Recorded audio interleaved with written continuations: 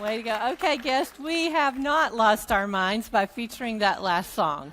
It's just that at 11:11, we think it's pretty cool when Joe Walsh or Rebecca Ferguson, the Glitter and Gold song, and the 11:11 band can remind us of some really important stuff, like we cannot live our lives in the tight little closet of self-absorption with our fists really clasped hard around our stuff and our money and our power, with our eyes closed to the needs of others, to the gifts that others bring to the table.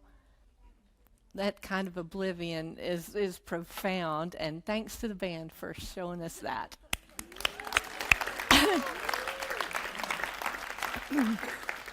And also, this goes to show that when you do a sermon like Tom and I do, and you're thinking all week, what are you going to do? So I picked the music, I picked the Joe Walsh thing, and the most amazing piece of information came across my computer. Did you guys know that Joe Walsh ran for president in 1980? He promised to make the national anthem. Life's been good.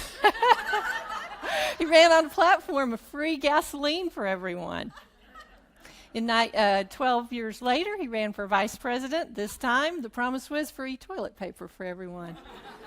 Those are great campaign promises, don't you think? Yeah. So, as Tom told you, we're still in the Healthy Plate.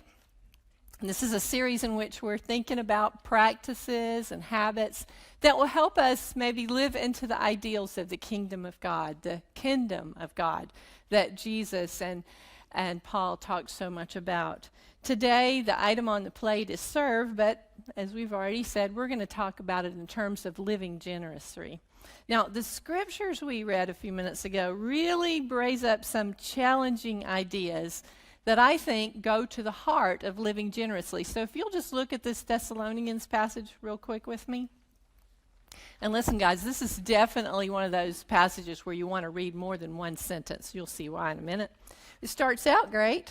Get along among yourselves, each one of you doing your part. And that's a good way to begin living generously, because every one of us needs to jump in. We all need to jump in and do our part. We need to share in the work of making the world better, of providing opportunities for others. And even if that's sharing our financial wealth to support things like the work of this church and other great projects, or if it's sharing our talent and our time and giving attention to the health of our relationships and to go out of our way to participate in the common good. So that's a good start. Then the passage continues, warn the freeloaders to get busy. And if you just stop right there, well, that sounds like a person who's had it to hear with enabling laziness. Sounds like a person for whom welfare reform is at the top of the agenda. And guess what? I get that. I am a left-leaning, tree-hugging social worker. But I know that sometimes helping hurts if we help too much, right?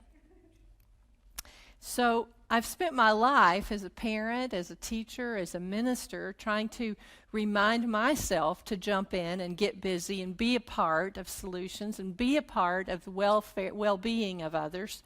And I've tried to teach and empower others to do that. But I also know that just telling somebody to get a job and get busy is about as effective as screaming at a crying child and telling them to shut up. It's about as effective as shaking your finger at somebody who eats too many cheeseburgers or smokes too many cigarettes. It's just not a good way to get at it, and that's why we want to read the next verses. The next sentence has these good qualifying words that lead us to figure out compassionate and effective ways to encourage people to live responsibly. Gently encourage the stragglers. Reach out for the exhausted, pulling them up to their feet. Be patient with each person, attentive to individual needs. This is living generously. This is recognizing that people need exactly what I need. They need exactly what you need, which is love, understanding, encouragement. They need skills. They need education. They need healing from their wounds. The other side of this is remembering that who knows when you or I are going to be falling down, or have jumped down, or are just laying down. We would hope for a generous hand to pull us up. Living generously, then, is living in the knowledge of our common frailty, as well as our common potential. Recognizing each person as brother, as sister, as child, each person bearing in themselves some spark of the divine, and therefore worthy of our respect and our compassion. Well, the good news is that a lot of people do live generously. A lot of people put their own egos aside. A lot of people figure out how to resist thinking that their way is the only way. A lot of people keep themselves from making up their minds too quickly, judging persons and situations too quickly, so that they therefore close themselves off to being enriched or informed by what other people are bringing to the table. So a lot of people do live generously, and that's good news. I think it would be a mistake for me to avoid talking about being generous with our material wealth. So I'm just going to say a word or two about that, just state the obvious, really. First, it's really amazing the great things that we can all do when we give together, when we give to support something that's bigger than ourselves. So many blessings come to us as when we see our money as a great opportunity to make life better for others. And there's so much personal and psychological freedom that comes to us when we give. Psychologists have taught us what the ancients already taught us, what ancient wisdom teaches us, and that is that generosity, like exercise and eating healthy, is a part of our well-being. It shifts, it shifts the focus away from ourselves, therefore enlarging our hearts so that we're like the Grinch who finally learns to give. This shift away from focus on the self is really an important and interesting concept. You know, a lot of people, when you think about being self-centered, you think about being conceited or selfish, and certainly that's true. But you know what? Most of the time, self-centeredness is really a life of self-criticism. It's paying too much attention to that inner critic. And generosity is a repellent to that kind of thinking. Dr. Lisa Firestone says, generosity distracts us from the scathing insults of the inner voice while creating a strong argument against it. It's difficult to prove that we're worthless when we're watching someone else thrive or benefit from our actions.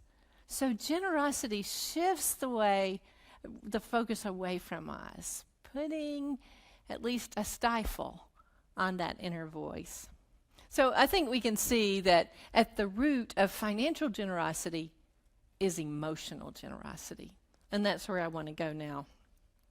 But to begin with, I want to be very clear that emotional generosity is not codependence. It is not the stuff of abusive relationships, whether financial or emotional or physical. This is not emotional generosity. However, emotional generosity is really being available to others that comes from a healthy appreciation of the self. True emotional generosity is something like this. I've told you this story before. I'll probably tell it again if I ever talk in here again. In Hebrew thought, in Jewish thought, there is the notion of the ayin tovah. The ayin is the eye, tovah is good, the good eye. The good eye refers to how we look at things, how we look at people, how we view the world. And the good eye is generous. It has a generous view. It thinks the best. It hopes the best. It's sensitive to need instead of seeing everything as a threat. It's sensitive instead of thinking that everything that's unfamiliar is just somehow stupid and to be avoided. It's open to learning. It's not afraid of disagreement, thinking of disagreement as the end of everything as we know it. The good eye, looking with the good eye, frees us from all of these kinds of burdens. Well, as I've already said, a lot of people do live this way, and so I want to tell you a few good stories. I heard this great TED Talk given by a school teacher, Ms. Walker. The purpose of her talk was to encourage other teachers, and there were a lot of new teachers hearing this talk. Ms. Walker was a veteran, and she was choosing to share the perspectives of her wisdom from teaching for a long time.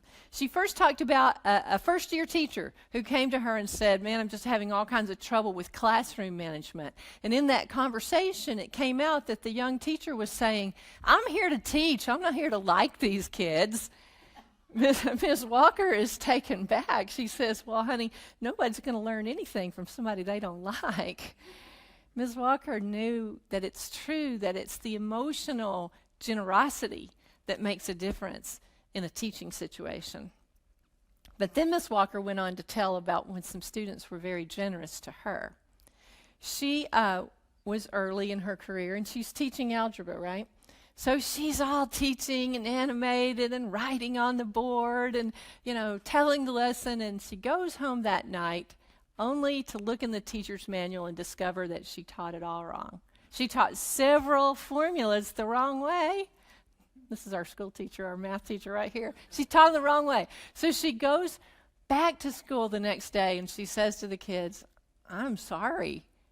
I spent all that time teaching you this stuff and it's all wrong. I'm sorry." And a kid in the back goes, "Oh, it's okay, Ms. Walker. You were so enthusiastic. We just let you go." All kinds of generosity there. The last story she told was about having given a test where there was 20 questions on it, and this one kid only got 2 of those 20 questions right. So that's what she put on the paper, +2. The kid comes up after class, he goes, "Is this an F?" She says, "Well, yes, it is." "Well, why'd you put a +2 and a smiley face on there?" She said, "Well, -18 is discouraging. +2 tells you are still on the road." Living generously sometimes means we figure out the best way to bring out the best in others. And it usually doesn't happen if we lead with criticism, if we lead with negativity, if we lead with trying to shame someone or strong-arm them. Okay, I can keep going. I have lots of stories. I'm going to tell another story because we need to wind down. This one reminds me that living generously is not just the activity of those who have everything going well for them. A journalist interviewed a little boy, a family of a little boy who had cancer.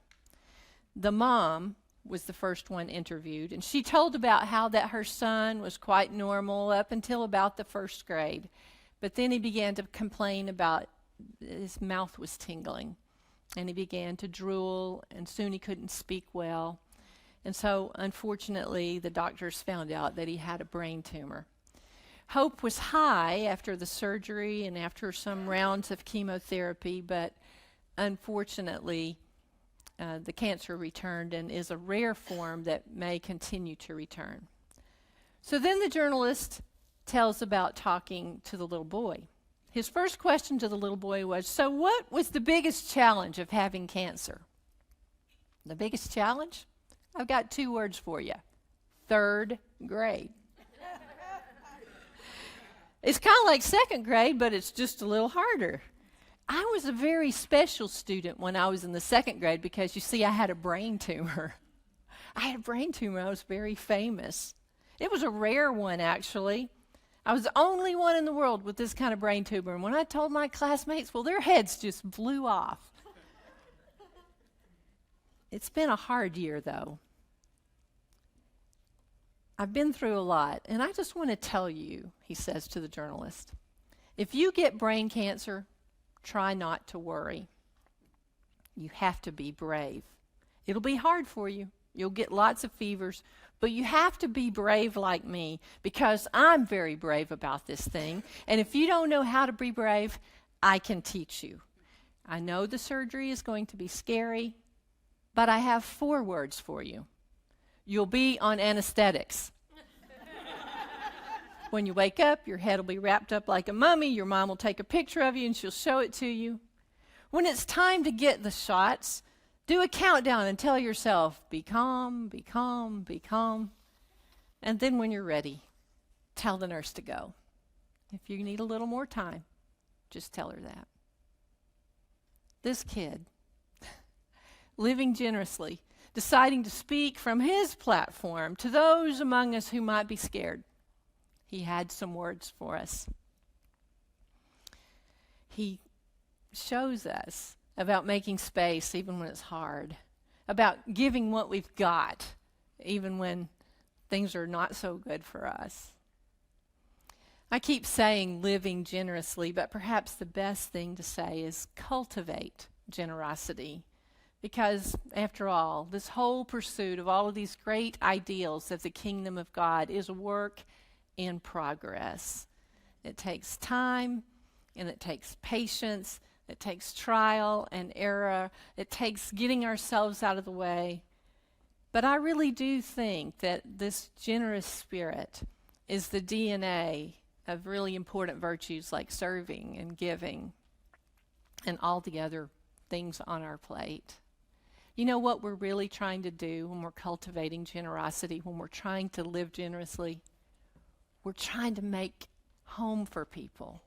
We're trying to make people feel at home with us. We're trying to make people feel at home in the world. At home, there's a space to grow. There's a space to learn, ideally. There's a space to thrive, a space to fail.